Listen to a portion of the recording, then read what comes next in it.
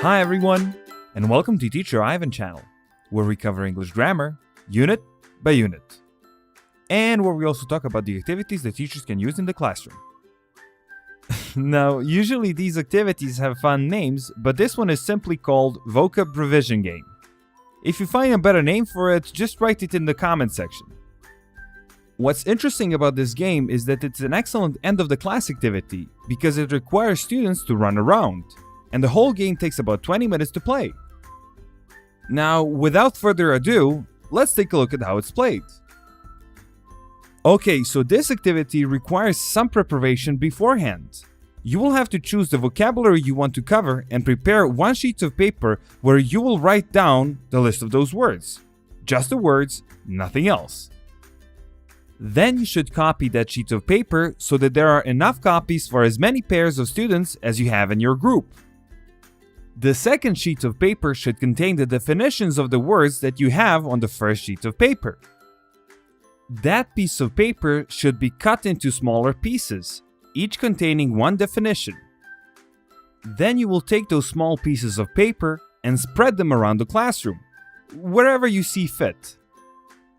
I recommend sticking them onto the walls of the classroom. Just make sure that they are spread equally. At that moment, students might be inclined to ask you questions. Just keep them guessing. And now we come to the instruction giving process. Step 1. Ask them to pair up. Then ask them to place the chairs in the middle of the classroom in a circle facing the walls. One chair per pair. Step 2. Tell them that one person from each pair should sit on the chair. That student will be given a piece of paper with all the words that they need to revise. He should also have a pen with him and a book or something to put under the piece of paper so it's easier for him to write, because he is the writer. He is the only one who can write on that piece of paper. It's a good idea to emphasize the importance of that rule. The second student is the runner. That student's job is very straightforward. She has to run towards the piece of paper that has the definition, read it, memorize it completely, and then run back to the writer. Tell him the definition, and then the writer has to find the appropriate word to match with that definition.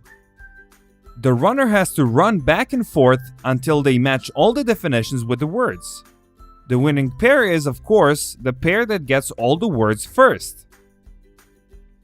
And now we come to Step 3. The ICQs.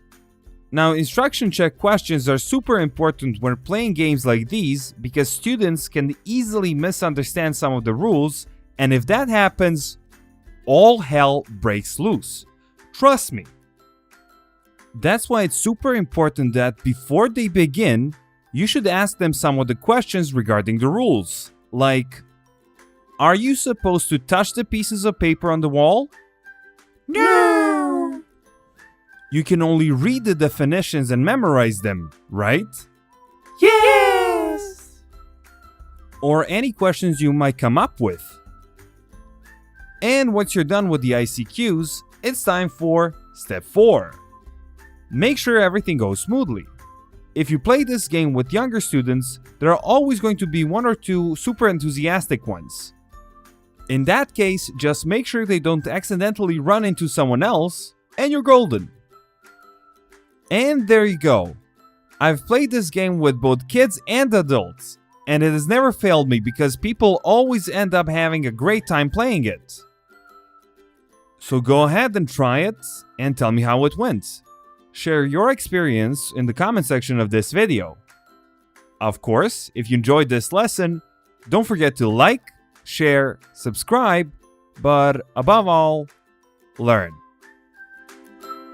Bye guys!